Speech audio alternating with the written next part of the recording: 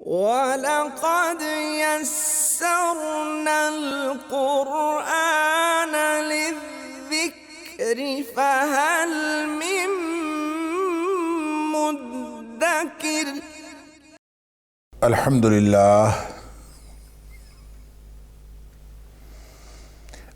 للہ وکفیٰ وسلام علی عبادہ الذین اصطفیٰ۔ اشہد ان لا الہ الا اللہ وحدہ لا شریک لہ واشہد ان محمدا عبدہ ورسولہ صلی اللہ علیہ وآلہ وسلم۔ اللہم صل علی محمد وعلی آل محمد کما صلیت علی ابراہیم وعلی آل ابراہیم انک حمید مجید۔ اللہم بارک علی محمد وعلی آل محمد کما بارکت علی ابراہیم وعلی آل ابراہیم انک حمید مجید۔ اما بعد فاعوذ باللہ السمیع العلیم من الشیطان الرجیم من ہمزہ ونفخہ ونفثہ۔ بسم اللہ الرحمن الرحیم۔ یا ایہا الناس اتقوا ربکم ان زلزلۃ الساعۃ شیء عظیم۔ اے کائنات کے لوگو، ڈر جاؤ اپنے پالنہار سے، بے شک قیامت کا زلزلہ بہت ہی بڑی شے ہے۔ آیت نمبر 1 سورۃ الحج سے آج کے درس کا آغاز اللہ کی توفیق سے ہو رہا ہے، اور سورۃ الحج کے بارے میں چند باتیں جو تعارفی حوالے سے ضروری ہیں کہ اس کے مضامین کے حوالے سے ہم تھوڑا سا تعارف حاصل کر لیں۔ دیکھیں، سورۃ الحج میں کچھ چیزیں تو اس طرح سے خطاب کیا گیا ہے کہ لگتا ہے کہ یہ سورت مکی ہے، اور بعض ایسے حقائق اور ایسے احکام اس کے اندر موجود ہیں جس سے محسوس ہوتا ہے کہ یہ سورت مدنی ہے۔ اس لیے سورہ حج کے بارے میں مفسرین کے خیالات مختلف ہیں۔ بعض نے اس کو مدنی کہا ہے اور بعض نے اس کو مکی کہا ہے، کیونکہ دونوں قسم کی آیات اس کے اندر موجود ہیں۔ جیسا کہ پہلی آیت کے اندر آپ دیکھ رہے ہیں، یا ایھا الناس اتقوا ربکم، اے کائنات کے لوگو تم اپنے رب سے ڈر جاؤ۔ تو یہ عام طور پہ مکی صورتوں میں اس طرح کا خطاب ہوتا ہے، لیکن یہ کوئی کمپلسری لازمی بات نہیں ہے۔ ہم دیکھتے ہیں کہ یہ خطاب کا انداز سورہ نساء کے اندر بھی موجود ہے۔ پہلی آیت میں یا ایھا الناس اتقوا ربکم الذی خلقکم من نفس واحدہ، اے کائنات کے لوگو ڈر جاؤ اپنے رب سے، اپنے پالنہار سے جس نے تمہیں ایک جان سے پیدا کیا۔ اور اسی طرح سے یہ خطاب کا انداز ہمیں سورۃ البقرہ کے اندر بھی ملتا ہے، یا ایھا الناس اعبدوا ربکم الذی خلقکم والذین من قبلکم لعلکم تتقون۔ تو اس کا مطلب یہ ہے کہ صرف خطاب کے اس انداز سے یہ سمجھنا کہ یہ صورت مکی ہی ہو سکتی ہے، مدنی نہیں ہو سکتی، یہ درست بات نہیں ہے۔ یہ خطاب تو ہمیں مدنی صورتوں میں بھی ملتا ہے۔ ہاں، بالعموم اس طرح سے خطاب جو ہے وہ مکی صورتوں میں فرمایا گیا ہے، لیکن مدنی صورتوں میں بھی خطاب کا یہ انداز موجود ہے کہ جہاں اہل ایمان کو صرف خطاب نہیں کیا گیا بلکہ ساری انسانیت کو خطاب کیا گیا ہے۔ البتہ بالعموم جو صورتیں مدنی صورتیں ہیں اس میں اہل ایمان کو خطاب کیا گیا ہے۔ اس سے شاید یہ غلط فہمی ہوتی ہے کہ یہ صرف یہ مکی صورت ہے۔ اور اس کے علاوہ چونکہ نزول کے اعتبار سے کہ اگر ہم زمانہ نزول کو دیکھیں، چونکہ مکی اور مدنی صورتوں کی جو تقسیم ہے وہ مکانی تقسیم تو ہے نہیں، وہ تو زمانی تقسیم ہے۔ یعنی جو ہجرت سے پہلے نازل ہوئیں وہ مکی ہیں، اور جو ہجرت کے بعد نازل ہوئیں وہ مدنی۔ لہٰذا اس تقسیم میں اگر دیکھیں تو زمانہ نزول کے اعتبار سے اس کی بعض آیات بہرحال مکی ہیں جو ہجرت سے پہلے نازل ہوئی ہیں، اور بعض آیات ہجرت کے بعد نازل ہوئی ہیں۔ البتہ اس پوری صورت کو اگر مکی یا مدنی کے حوالے سے دیکھا جائے اور اس کے اوپر فکس کیا جائے کہ یہ مکی ہے یا مدنی، تو اس کو مدنی ہی کہا جائے گا کہ اس میں بیشتر آیات جو ہیں وہ مدنی ہیں۔ اور پھر اس اعتبار سے بھی مدنی ہے کہ یہ مکمل بہرحال مدینہ منورہ میں بعد از ہجرت ہوئی، تو اس اعتبار سے بھی اس کا جو اس کے مضامین کا جو غالب پہلو ہے وہ بھی مدنی ہے۔ اس اعتبار سے بھی اس کو مدنی ہی کہا جائے گا۔ لہٰذا یہ غلط فہمی ذہن سے نکال دیجئے کہ بعض صورتیں اس میں مکی ہونے کے باوجود یہ صورت جو ہے من حیث المجموع جو ہے وہ مدنی۔ البتہ اس میں جہاں ہم مضامین کی بات کرتے ہیں تو مضامین کے اعتبار سے بھی ہمیں وہ جو بنیادی عقائد کے مباحث ہیں جس طرح سے مکی صورتوں میں ہیں وہ مباحث ہمیں یہاں بھی ملتے ہیں، اور یہ بھی ایک وجہ ہے اس کنفیوژن کی۔ البتہ جمہور مفسرین نے اس کو اسی طرح سے انٹرپریٹ کیا ہے کہ یہ مدنی صورت ہی ہے۔ لہٰذا آج کل بھی جو ہمارے پاکستان کے اندر جتنے قرآن پاک مصحف چھپتے ہیں اس میں آپ دیکھتے ہیں کہ اس کو صورت مدنی ہی لکھا ہوتا ہے۔ اس کو اگر مضامین کے اعتبار سے سمجھنے کے اعتبار سے ہم 5 حصوں میں تقسیم کر سکتے ہیں۔ کل یہ 78 آیات پر مبنی یہ صورت ہے، اور ان 78 آیات میں اس کو اگر ہم تقسیم کریں مضامین کے اعتبار سے، اور بھی تقسیم ہو سکتی ہے لیکن غالب تقسیم جیسا کہ پہلے بھی میں نے عرض کیا کہ اس کے تقسیم کے اعتبار سے اور مضامین کا جو سٹرکچر ہے، جو باہمی آپس میں جو نظم ہے، اس کو دیکھنے کے لیے ایک بہت ہی بہترین کتاب ہمارے جو دوست ہیں خلیل الرحمن چشتی صاحب، وہ بہت مفید کتاب ہے، اگر آپ دیکھنا چاہیں تو وہ کتاب ہے کہ قرآنی صورتوں کا نظم جلی۔ اس کو اگر دیکھ لیں تو اس میں کافی حد تک رہنمائی مل جاتی ہے۔ ضروری نہیں ہے کہ آپ ان کے ساتھ ان کی ساری باتوں کے ساتھ اتفاق کریں، لیکن بہرحال اس میں ایک بہت ہی اچھی کاوش اور بہت عمدہ کوشش ہے جو قرآن حکیم کے صورتوں کے مضامین کو من حیث المجموع سمجھنے کے لیے۔ تو اس کو اگر 5 حصوں میں تقسیم کریں ان مضامین کو، تو ہمارے پاس جو مضامین آتے ہیں سورۃ الحج کے آیت نمبر 1 سے 24 تک جو ہے وہ منکرین توحید و آخرت کو تنبیہ کی گئی۔ یہ تنبیہ ایک ایسا ڈراوا ہے، ایک ایسی دھمکی ہے اور ایسا زوردار انذار ہے کہ انسان دہل کے رہ جاتا ہے اگر وہ اس کے مفہوم کو واقعتاً سمجھتا ہو، اور یہ غالباً یعنی یقینی طور پر توحید اور آخرت کے منکرین کو یہ انذار اور تنبیہ اور دھمکی ہے۔